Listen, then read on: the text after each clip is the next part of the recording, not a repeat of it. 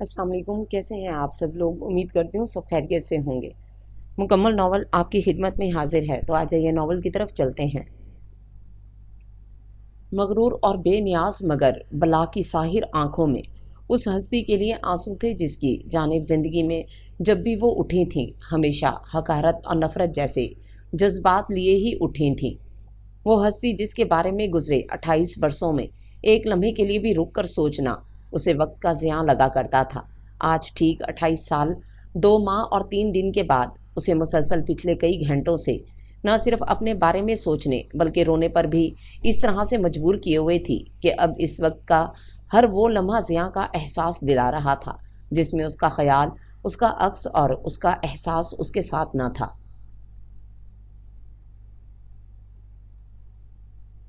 زندگی کی جنگ میں مات تو ویسے بھی ہر ایک کے لیے تکلیف دہ ہوتی ہے، مگر مات کا احساس، اس کا درد اس لمحے دو چند ہو جاتا ہے جب آپ کو شکست سے اور اس گم شدہ ذات کا کوئی نشان ملتا بھی کیسے، جن ہاتھوں کو صاحب حیثیت ہونے کے باوجود اس نے اپنے در سے ہمیشہ خالی ہی لوٹایا تھا، انہی خالی اور کمزور ہاتھوں نے یکایک ایک روز اس کا خالی دامن امید اور خوشیوں سے بنا کچھ کہے، بنا کچھ جتائے بھر ڈالا، تو مقابل کی اس سخاوت پر وہ کتنا روتا، کیا کہتا اور کرتا تو کیا کرتا۔ قرار جعفر کا پورا وجود دکھ اور پچھتاوے کی آگ میں جل رہا تھا، مگر یہ جنن، یہ تڑپ اور یہ درد ہی شاید اب اس کا مقدر تھا۔ بے شک اللہ کے ہاں دیر ہے اندھیر نہیں، اور اب اعلیٰ ظرفی اور انسانیت دونوں کا ہی یہ تقاضا تھا کہ وہ خندہ پیشانی سے اپنی اس سزا کو تسلیم کرتا۔ زندگی کی آخری سانس تک بے اختیار ایک گہرا سانس لیتے ہوئے اس نے بہتے اشکوں کے درمیان سامنے سنہری کمکموں سے سجے اپنے گھر پر ایک نظر ڈالی، اور اگلے ہی پل اپنی آنکھوں سے بہتے پانی کو صاف کرتے ہوئے کسی ہارے ہوئے کھلاڑی کی طرح شکست خوردہ چال چلتا ہوا اپنے بے تحاشا خوبصورت اور وسیع و عریض مکان میں داخل ہو گیا۔ کیا کہا؟ کیا کہہ رہی ہو زیب بیٹا؟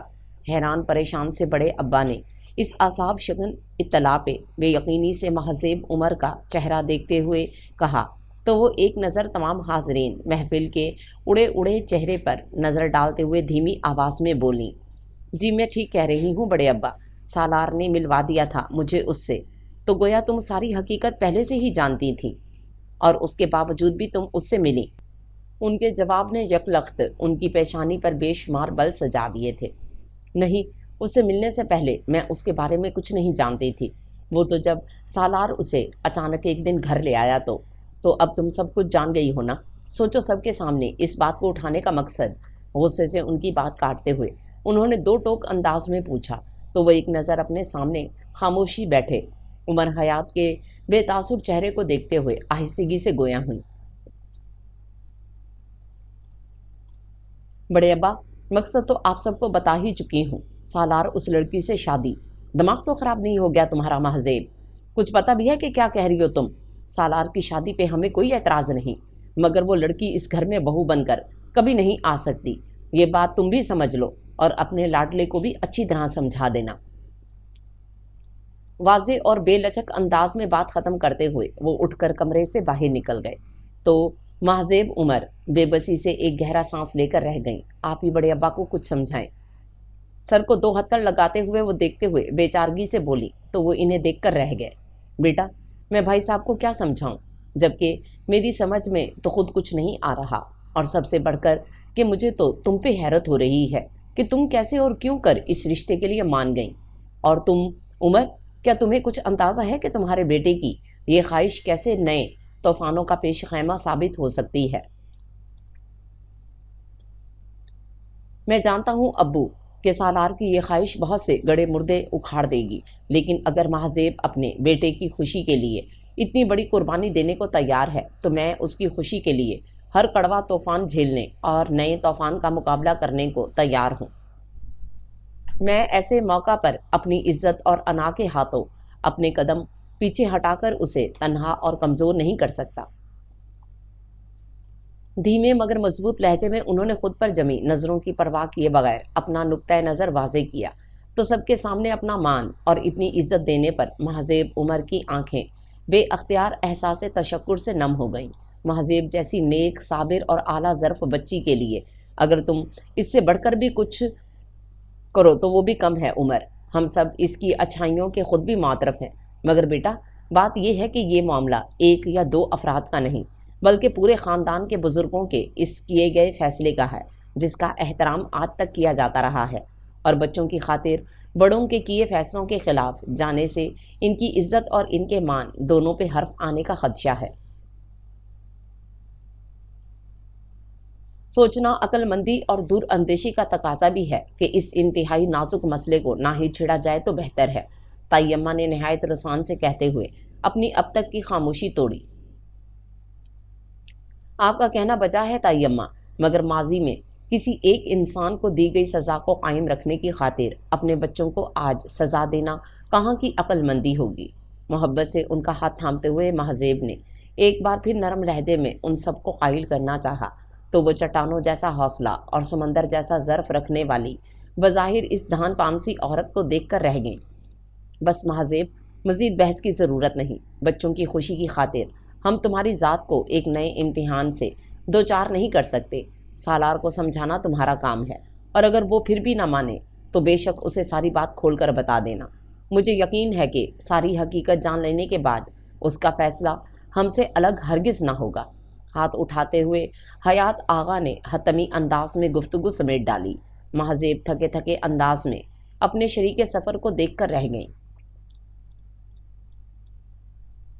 آؤ بیٹا آؤ، سالار کو کمرے میں داخل ہوتا دیکھ کر عمر حیات نے مسکرا کر اپنے برابر میں اشارہ کرتے ہوئے کہا تو وہ اپنے پیچھے دروازہ بند کرتے ہوئے باپ کے قریب ہی جا بیٹھا۔ بیٹا تم آفس کب تک جوائن کرو گے؟ ڈرائی فروٹ ڈش اس کی جانب بڑھاتے ہوئے انہوں نے ہلکے پھلکے انداز میں پوچھا تو وہ چند کاجو اٹھاتے ہوئے بولا، بس بابا رزلٹ آنے کے فوراً بعد میں انشاءاللہ تعالی آپ کو جوائن کر لوں گا۔ اچھا یہ بتاؤ کہ شادی کے کیا ارادے ہیں؟ کافی کا کپ لبوں سے لگاتے ہوئے انہوں نے بظاہر سرسری سے لہجے میں دریافت کیا تو وہ اپنی جانب کافی کا کپ بڑھاتی مہذیب کا چہرہ تکتے ہوئے شرارت سے ہنس دیا۔ پہلے آپ مجھے یہ بتائیں کہ مما نے آپ کو اس بارے میں کیا بتایا ہے؟ یہی کہ کوئی لڑکی ہے علینا اور تم اس سے شادی کرنا چاہتے ہو؟ بغور اس کی جانب دیکھتے ہوئے انہوں نے پوری سنجیدگی سے کہا تو وہ بھی سیریس ہو گیا۔ جی بابا کچھ ایسی ہی بات ہے۔ بیٹا مجھے تمہاری مما نے بتایا ہے کہ یہ بچی علینا ماشاءاللہ بہت پیاری اور بہت اچھی ہے، مگر بیٹا بات کچھ یوں ہے کہ جس فیملی سے اس کا تعلق ہے اس سے ہم اپنا ہر تعلق، ہر واسطہ 28 سال پہلے ختم کر چکے ہیں، اور اب اس رشتے کو استوار کرنے کا مطلب ہے پورے خاندان کی مخالفت اور ناراضگی مول لینا، جبکہ آج سے 28 سال پہلے یہ فیصلہ بھی ہمارے خاندان کے بزرگوں نے تمہاری ہی ماں کی عزت اور مان بڑھانے کو کیا تھا۔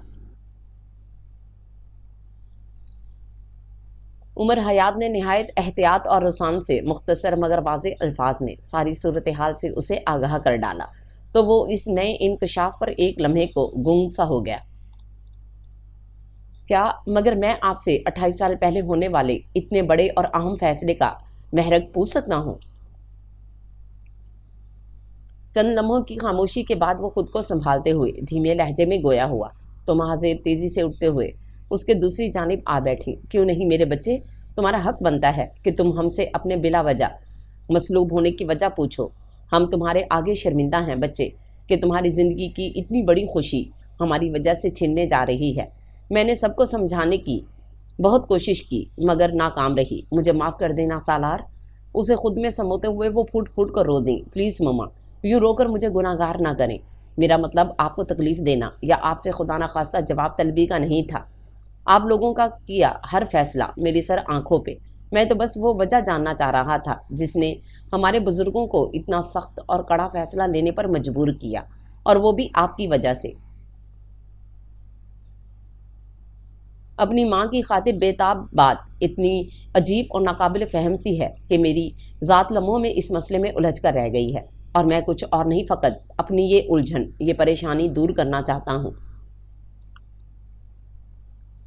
مہذیب سے خود کو علیحدہ کرتے ہوئے وہ دیوانہ وار ان کے ہاتھ چومتے ہوئے بے قراری اور بے چارگی سے اپنی صفائی میں بولا تو کتنے ہی پل دھندلائی نظروں سے اس کا چہرہ تکنے کے بعد وہ بے اختیار پل کے موند گئیں۔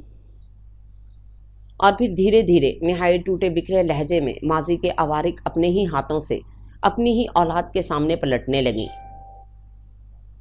آئی ایم سوری الینا، میں تم سے شادی نہیں کر سکتا۔ ریسٹورنٹ میں اس کے مقابل بیٹھے سالار نے بالآخر اپنی خاموشی توڑ ڈالی تو وہ جو آج اسے اپنے پیرنٹ سے ملوانے کا سوچے بیٹھی تھی، ایک شوق کے عالم میں اس کا بے تاثر چہرہ تکنے لگی۔ یہ تم کیا کہہ رہی ہو سالار؟ لرزتے وجود اور خشک ہوتی زبان کے ساتھ وہ قدرے لڑکھڑا کر بے یقینی سے بولی، میں ٹھیک کہہ رہا ہوں الینا، ہم دونوں کی شادی اب ممکن نہیں۔ ہر طرح کے جذبات سے آری نگاہیں اس کے سفید پڑتے چہرے پر ٹکاتے ہوئے سالار نے اپنی بات ایک بار پھر دہرائی، مگر کیوں؟ جواب دینے ضبط کے ساتھ وہ بھرائی ہوئی آواز میں گویا ہوئی تو سالار ایک گہری سانس لے کر رہ گیا۔ بہتر ہوگا اگر تم اس کیوں کا جواب مجھ سے مانگنے کے بجائے اپنے ابا سے مانگو۔ میرے ابا سے؟ مگر میرے ابا کا تو تمہارے انکار سے کیا تعلق؟ بے شمار الجھن اور پھر بے حد حیرانی اور پریشانی لیے وہ اس نئے انکشاف پر جیسے چیخ سی اٹھی۔ تعلق ہے یا نہیں اس کا اندازہ تو تمہیں اس وقت ہو جائے گا جب تم ان سے کیسر گل اور اس کے مکینوں کے بارے میں پوچھے گی۔ کیسر گل؟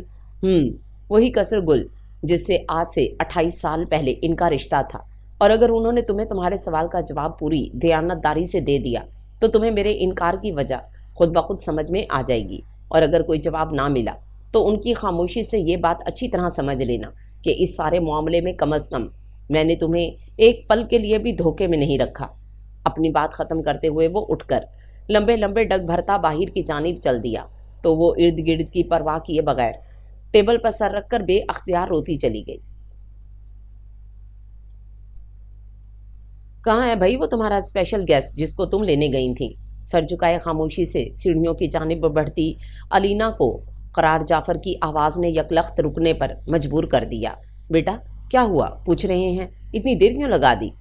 ہم کب سے تمہارا ویٹ کر رہے تھے۔ اسے چپ چاپ رخ موڑے کھڑے دیکھ کر صوبیہ قرار چلتے ہوئے اس کے پاس آ کھڑی ہوئی تو وہ ان کی جانب پلٹتے ہوئے آہستگی سے گویا ہوئی، مما سالار نے آپ لوگوں سے ملنے اور اس گھر میں آنے سے انکار کر دیا ہے۔ انکار کر دیا ہے؟ لیکن کیوں؟ تعجب سے اس کا چہرہ تکتے انہوں نے پلٹ کر ایک نظر صوفے پر بیٹھے شوہر کو دیکھا۔ کیونکہ وہ مجھ سے اب شادی نہیں کرنا چاہتا، وہ سر جھکا کر بھرائی ہوئی آواز میں بولی تو قرار جعفر غصے میں اپنی جگہ سے اٹھ کھڑے ہوئے۔ واٹ؟ اس لڑکے کا دماغ تو ٹھیک ہے، کیا اسے پتا نہیں کہ تم کس کی بیٹی ہو؟ انکار کی وجہ تو یہی ہے بابا کہ وہ بہت اچھی طرح جانتا ہے کہ میں کس کی بیٹی ہوں۔ سر اٹھاتے ہوئے وہ گہری یاسیت سے بولی تو وہ چند دمے حیرت سے اسے دیکھنے کے بعد اشتعال سے دھاڑے۔ What the hell are you talking about? I am telling you the truth بابا، اور اب آپ بھی مجھے سچ سچ بتائیے کہ کسر گل اور اس کے مکینوں سے آپ کا کیا تعلق ہے؟ ان لوگوں سے آپ کی ایسی کون سی دشمنی ہے جو آج 28 سال بعد بھی وہ مجھ سے ہم سے کوئی تعلق کوئی واسطہ نہیں رکھنا چاہتے؟ زاروں کی تار روتے ہوئے بالآخر وہ بھی چلا اٹھی تو لاؤنج میں موجود دونوں نفوس اس کے منہ سے کسر گل اور اس کے مکینوں کا ذکر سن کر ایک لمحے کو بھنچکا رہ گئے۔ کیا نام ہے اس لڑکے اور اس کے باپ کا؟ چند لمحوں کی خاموشی کے بعد انہوں نے سختی سے پوچھا۔ سالار عمر، اور اس کے بابا کا نام ہے عمر حیات، اور مہذیب کا بیٹا ہے وہ۔ تیزی سے اس کی بات کاٹتے ہوئے انہوں نے نفرت سے بھرپور لہجے میں پوچھا۔ جی ہاں، تو بالکل ٹھیک کہتا ہے وہ، تمہاری شادی اس لڑکے سے نہیں ہو سکتی، بہتر یہی ہے کہ تم اسے بھول جاؤ۔ آن واحد میں انہوں نے اپنے تئیں بات ختم کر ڈالی تو ان کے اس شفاق حکم پر وہ ایک بار پھر اپنا ضبط کھو بیٹھی۔ بھول جاؤں؟ مگر کیوں اور کس لیے جیسے سوالات مت اٹھاؤ، کیونکہ تمہارے کسی بھی فضول سوال کا میں کوئی جواب نہیں دینا چاہتا۔ پیشانی پر ڈھیروں بل سجائے وہ سختی سے بولے، مگر الینا اس سے پہلے کہ تم پہ میرا ہاتھ اٹھ جائے اپنے کمرے میں جاؤ۔ اس کی بات کاٹتے ہوئے وہ یکلخت دھاڑے تو وہ صدمے سے پھٹی پھٹی آنکھوں سے اپنے صدا کے نرم خوب باپ کا یہ روپ دیکھ کر رہ گئی، اور اگر کوئی جواب نہ ملے تو ان کی خاموشی سے یہ بات اچھی طرح سمجھ لینا کہ سارے معاملے میں کم از کم میں نے تمہیں ایک پل کے لیے بھی دھوکے میں نہیں رکھا۔ سالار کی آواز اس کے گرد گونج اٹھی تو اس کا دل چاہا کہ وہ دھاڑے مار مار کر اپنے مان اور اپنی محبت دونوں کے چھن جانے کا غم منائے، مگر خاموشی سے آنسو بہاتے ہوئے وہ شل ہوتے اعصاب اور بکھرتے وجود کے ساتھ جانے کے لیے پلٹی، مگر ابھی چند قدم ہی چل پائی تھی کہ اسے اپنا سر بری طرح چکراتا محسوس ہوا اگلے ہی پل وہ تیورا کر زمین پہ آ گری تھی۔ اور قرار جعفر یہ وہ سب کچھ خود اپنے منہ سے اپنی اولاد کو بتانے کے لائق ہے۔ ہسپتال کی طویل خاموش راہداری میں ٹھنڈے اسٹیل بینچ سے ٹیک لگائے انہوں نے 28 سال بعد زندگی میں پہلی بار غیر جانبداری سے اپنا احتساب کیا تو اس نتیجے پر پہنچے کہ اپنے وہ سب اعمال جن پہ گزرے برسوں میں ایک لمحے کے لیے بھی رک کر سوچنا انہوں نے ضروری نہیں سمجھا تھا، در حقیقت اتنے غیر اہم اور اتنے بے ضرر نہ تھے جتنا کہ انہوں نے سمجھا تھا۔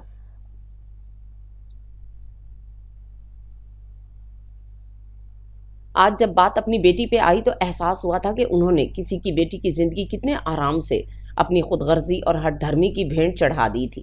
یہ ان کی بے حسی اور سنگ دلی کی انتہا ہی تو تھی کہ جب تک اللہ کی پکڑ نہ ہوئی انہیں از خود نہ تو شرمندگی ہوئی اور نہ ہی پلٹ کر دیکھنے کا خیال آیا، اور آج جب کاتب تقدیر نے انہیں اپنی ہی اولاد کے ذریعے کٹہرے میں لا کھڑا کیا تو احساس ہو رہا تھا کہ کتنے دلوں کو مسل کر مار کر انہوں نے اپنی دنیا بسائی تھی۔ وہ ہمیشہ سے ہی بلا کے خود غرض اور بے حس رہے تھے، ان کے کیے کی سزا ہمیشہ دوسروں نے ہی بھگتی تھی، پہلے مہذیب اور اب ان کی اپنی لاڈلی بیٹی علینا جو پچھلے 24 گھنٹوں سے بے سدھ پڑی زندگی اور موت کی جنگ لڑ رہی تھی۔ قرار آپ پلیز تھوڑی دیر کے لیے لیٹ جائیں۔ کندھے پہ دباؤ محسوس کرتے ہوئے انہوں نے نم آنکھیں کھول دیں اور خود کو سنبھالتے ہوئے سیدھے ہو بیٹھے۔ میں ٹھیک ہوں، تم بتاؤ ڈاکٹر نے کیا کہا؟ ڈاکٹر کہہ رہے ہیں کہ اگلے 12 گھنٹے تک اسے ICU میں ہی رکھیں گے۔ نم آنکھوں میں سرخی اور مایوسی لیے وہ گہری یاسیت سے بولی، خدیجہ وہ ٹھیک تو ہو جائے گی نا؟ اگلے ہی پل خوف کی ایک لہر نے ان کی اپنی دھڑکنیں تیز کر ڈالی۔ وہ بے اختیار پاس بیٹھی خدیجہ بیگم کے ہاتھ تھام گئے۔ کیوں نہیں قرار، اللہ نے چاہا تو وہ ضرور ہماری بچی کی جان بخش دیں گے۔ آپ پلیز حوصلے سے کام لیں اور خود کو سنبھالیں۔ دیکھیے سنیے نا خدیجہ، اس کی یہ حالت مجھ سے دیکھی نہیں جاتی۔ یہ احساس کہ میں نے اپنی بچی کو خود زندگی اور موت کی کشمکش میں مبتلا کر ڈالا ہے مجھے مارے جا رہا ہے۔ اگر اسے کچھ ہو گیا نا تو میں خود کو بھی مار ڈالوں گا۔ اسے کہو خدیجہ کہ وہ صرف ایک بار آنکھیں کھول دے، میں اس سے خود معافی مانگوں گا، بلکہ اس کی خوشیوں کی خاطر عمر اور مہذیب تک سے معافی مانگ لوں گا۔ اسے اور سالار کو ایک کرنے کی خاطر اگر مجھے مہذیب کے پاؤں بھی پکڑنے پڑے تو میں پکڑ لوں گا۔ بس تم اسے کہو کہ وہ ایک بار آنکھیں کھول کر میری طرف دیکھ لے اور مجھے معاف کر دے مجھے۔ پھوٹ پھوٹ کر روتے ہوئے وہ خدیجہ بیگم کے ہاتھوں پہ چہرہ جھکاتے چلے گئے تو وہ بھی اپنا ضبط کھو بیٹھیں اور زاروں کی طرح روتے ہوئے اللہ سے اپنے شوہر کے گناہوں کی معافی مانگنے لگیں۔ آغا پیلس اور قصر گل کے مقنین بظاہر تو جدا جدا تھے ہی، مگر ان کے گھرانے کے افراد طے شدہ حقیقت کوسوں دور ایک دوسرے کی شکل دیکھنے کے بھی روادار نہ تھے۔ ان کے تعلقات کی کشیدگی کی وجہ کوئی خاص نہیں بلکہ بڑی روایتی اور عام سی تھی۔ جبار آغا نے نور فاطمہ سے دوسری شادی اس وقت کی جب گل مہر خاتون سے ان کی شادی کو 6 سال کا عرصہ بیت چکا تھا اور وہ 3 بیٹیوں کے باپ تھے۔ باوجود اس کے کہ ان کی دوسری شادی میں کسی قسم کی مجبوری کا کوئی عمل دخل نہ تھا، گل مہر خاتون نے شوہر کی اس بے وفائی اور زیادتی کے بدلے میں نہ تو کوئی ہنگامہ برپا کیا اور نہ ہی کسی قسم کا احتجاج کیا۔ ہاں لیکن ایک بات انہوں نے واضح اور واشگاف الفاظ میں آغا صاحب کے گوش گزار کر دی تھی کہ وہ ان کی زندگی میں اسی صورت میں شامل رہیں گی جب وہ اپنی دوسری بیوی کو علیحدہ گھر میں رکھیں گے اور ان پر کبھی نور فاطمہ سے مراسم بڑھانے کے لیے دباؤ نہیں ڈالیں گے، کیونکہ وہ اس غاصبہ کی صورت دیکھنے کی بھی روادار نہ تھیں جس نے ان کے شوہر کی محبت اور ان کی ہستی بستی گھرستی کو 2 حصوں میں تقسیم کر ڈالا تھا، اور آغا صاحب جن کے لیے یہی کافی تھا کہ گل مہر خاتون نے ان کی اس غلطی کو بچوں کی خاطر ہی صحیح لیکن معاف کر دیا تھا، خاموشی سے ان کی ہر بات مانتے چلے گئے۔ ان کی اسی خاموشی کا گل مہر خاتون نے کئی بار ناجائز فائدہ بھی اٹھایا، مگر دوسری جانب نور فاطمہ نے جو کہ فطرتاً ایک نیک دل اور نرم خو خاتون تھیں، گل مہر خاتون کی ان تمام زیادتیوں کے باوجود ہمیشہ ان سے تعلقات بہتر بنانے کی کوشش کی، مگر ان کی ہر کوشش ہر مرتبہ اس وقت دم توڑ گئی جب گل مہر خاتون نے اپنے تینوں بیٹوں کے دلوں میں بھی وہی قدرت اور نفرت بھر ڈالی جو سدا ان کے اپنے دل میں پنپتی رہی تھی۔ آہستہ آہستہ نور فاطمہ نے بھی مصالحت کی ہر کوشش ترک کر ڈالی، جس کا نتیجہ یہ نکلا کہ ان کے اپنے چاروں بچے بھی گل مہر خاتون اور ان کی اولاد کے سخت خلاف ہو گئے۔ دن مہینے اور مہینے سالوں میں ڈھلتے رہے اور دیکھتے ہی دیکھتے دونوں کے پوتے پوتیاں بھی جوان ہو گئے۔ قصر گل کی رونق بڑھانے کو جمال آغا کی 2 بیٹیاں سائرہ اور ماہرہ، جعفر آغا کا ایک بیٹا قرار اور حیات آغا کے 3 بچے عمیر اور سبینہ آ چکے تھے۔ دوسری جانب آغا پیلس کی 4 اولادوں میں سب سے بڑے فاروق آغا کی 2 بیٹیاں اور ایک بیٹا تھا۔ سب سے بڑے کی بیوہ ریحانہ، سب سے چھوٹی مہذیب اور سب سے چھوٹی معروف۔ فاروق آغا کے بعد 2 بہنیں اسما اور عطیہ تھیں۔ اسما بیگم کے 2 بیٹے علی اور حمزہ، جبکہ عطیہ کی صرف ایک ہی بیٹی عائشہ تھی۔ ظفر آغا جبار آغا کی اولادوں میں سب سے چھوٹے تھے اور ان کے 4 بچے عثمان، فرحان، نازنین اور زرین تھے۔ تیزی سے گزرتا یہ وقت جہاں بہت سی تبدیلیاں لایا تھا، وہیں کچھ معاملات میں یہ آج بھی بڑا بے بس اور جامد نظر آتا تھا۔ رشتوں اور تلخیوں کی بیل جو کل چند دلوں تک تھی، آج اس کا پھیلاؤ بہت وسیع ہو گیا تھا۔ دونوں گھروں کے مکینوں کی ایک دوسرے سے نفرت اور بیگانگی کا آج بھی یہ عالم تھا کہ خاندان میں جو بھی خوشی غمی کی تقریب ہوتی، یہ دونوں خواتین ایک دوسرے سے منہ موڑے اپنی اپنی اولادوں سمیت مخالف سمتوں میں بیٹھی نظر آتیں۔ مگر جب آغا صاحب کا انتقال ہوا اور میت والے گھر میں چھوٹی سی چھوٹی بات پر چچا تائیوں کی پرواہ کیے بغیر خوب بحث و مباحثے ہوئے، تو چہلمیوں کے بعد آغا صاحب کے بڑے بھائی نے، جنہیں خاندان میں سربراہ کی حیثیت حاصل تھی، دونوں گھرانوں کو بلا کر نہایت بے لاگ نہ صرف ان کے اور اب تک کے غلط رویوں کی نشاندہی کی، بلکہ ساتھ ہی یہ مشورہ بھی دیا کہ اس بے مقصد اور بے معنی دشمنی کو آغا صاحب کی زندگی کے ساتھ ہی ختم ہو جانا چاہیے۔ اور اس سلسلے میں پہلے قدم کے طور پر انہوں نے یہ فیصلہ کیا کہ جلد ہی آغا پیلس سے ایک بچی رخصت ہو کر قصر گل اور قصر گل سے ایک بچی رخصت ہو کر آغا پیلس جائے گی، اس امید کے ساتھ کہ خوشیوں سے استوار ہونے والے یہ نئے رشتے دونوں گھرانوں کو اپنی رنجشیں بھلا کر ہمیشہ ہمیشہ کے لیے ایک ہونے پر مجبور کر دیں گے۔ اکبر آغا کی اس تجویز پر پہلے پہل تو دونوں جانب سے خوب ہنگامہ اٹھا، مگر بعد ازاں جب اس معاملے میں خاندان کے دیگر افراد بھی اکبر آغا کے ہم نوا بن گئے اور ہر طرف سے دونوں گھرانوں پہ خوب زور دیا جانے لگا، تو مجبوراً انہیں مثالیت کی راہ اختیار کرنا پڑی۔ چونکہ قیصر گل کی دونوں بیٹیاں بڑی پوتیاں سائرہ اور ماہرہ منگنی شدہ تھیں، سو طے یہ پایا کہ جعفر آغا کے اکلوتے بیٹے قرار جعفر کا رشتہ آغا پیلس کی سب سے بڑی پوتی مہذیب کے ساتھ اور مہذیب کے بڑے بھائی حسن کا رشتہ گل مہر خاتون کے تیسرے بیٹے حیات آغا کی بیٹی سبینہ کے ساتھ کیا جائے۔ چونکہ دونوں گھرانوں کی یہ رائے اکبر آغا تک پہنچی، تو انہوں نے جھٹ اسی شام خاندان کے تمام بزرگوں کو مدعو کر کے نہ صرف یہ کہ دعائے خیر کروائی، بلکہ ساتھ ہی باہمی رضامندی سے دونوں منگنیوں کی تاریخ بھی طے کر ڈالی۔ کمرے میں گاتے گنگناتے داخل ہوئے وہ چاروں اس کے گرد بھنگڑا ڈالتے ہوئے اپنی بھونڈی آوازوں میں گانے لگے، تو وہ جو اپنا سارا دھیان سامنے رکھی فائل پہ مرکوز کیے بیٹھا تھا، ان کی اس بے وقت کی دخل اندازی پہ بے اختیار چڑ گیا۔ یہ کیا بےہودگی ہے میری جان، یہ بےہودگی نہیں، ڈانس ہے، ڈانس۔ عمر نے اس کی بیزاری کا نوٹس لیے بغیر اپنا کام جاری رکھتے ہوئے لاپرواہی سے جواب دیا، اور وہ بھی تیری جلد ہونے والی منگنی کی خوشی میں۔ منصور نے ماہرہ کا منگیتر بھی ناچتے ہوئے اطلاع فراہم کی، تو وہ ایک شوق کے عالم میں ان چاروں کو تکنے لگا۔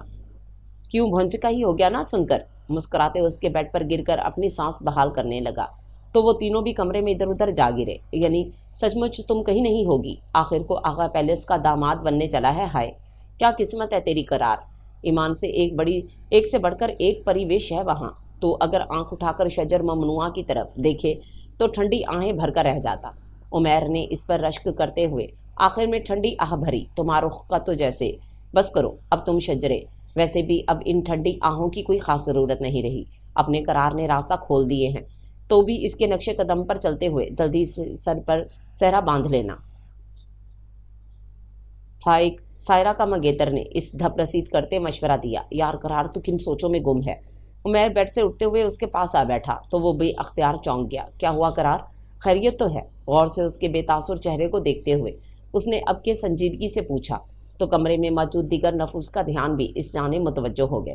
تم لوگوں نے کس سے یہ فضول بات سنی ہے؟ چند لمحوں کی خاموشی کے بعد وہ سرد لہجے میں گویا ہوا، تو اس کے اس غیر معمولی انداز پہ وہ چاروں ایک دوسرے کو دیکھ کر رہ گئے۔ یار ابھی تھوڑی دیر پہلے سارے بڑے اکبر دادا جان کے گھر سے آئے ہیں، وہیں پہ تمہاری بات مہذیب کے ساتھ اور سبینہ کی بات حسن کے ساتھ پکی کر کے منگنی کی تاریخ بھی مقرر کر دی گئی ہے۔ عمر نے مختصر الفاظ میں آج کے دن کی اہم ترین اطلاع اس کے گوش گزار کی تو وہ جیسے بھڑک اٹھا۔